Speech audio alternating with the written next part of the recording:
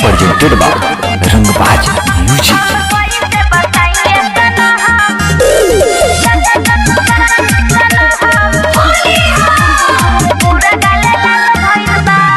होलिया में घरे आओ हमरो भातार बुरा हाल भइल बा।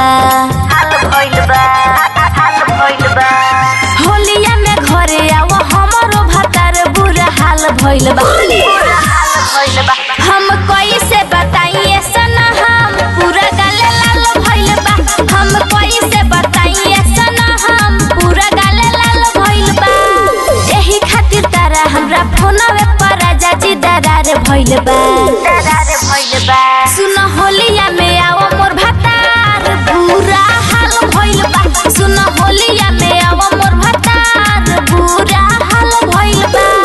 प्रेजेंटेड बाय रंगबाज म्यूजिक।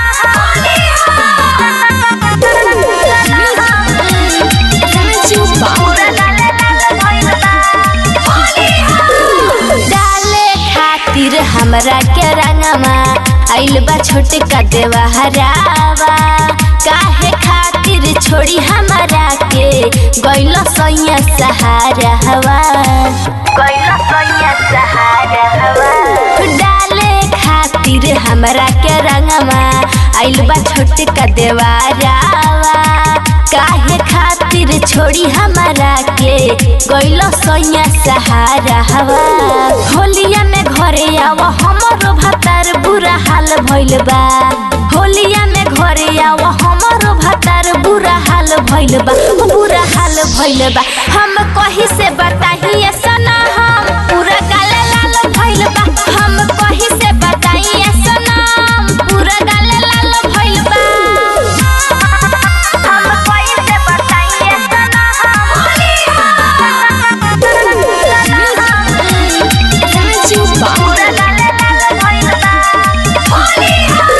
राइटर मंजित बेदर्दी कहे करेला इतना चोना।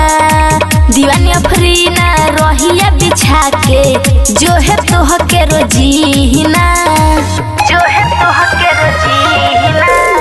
राइटर मंजित बेदर्दी कहे करेला इतना चोना।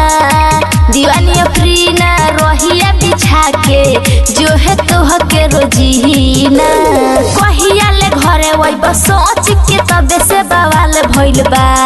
कहिया ले घरे वही सोच के तबे से बवाल भइल बा। हम बवाल भइल बा।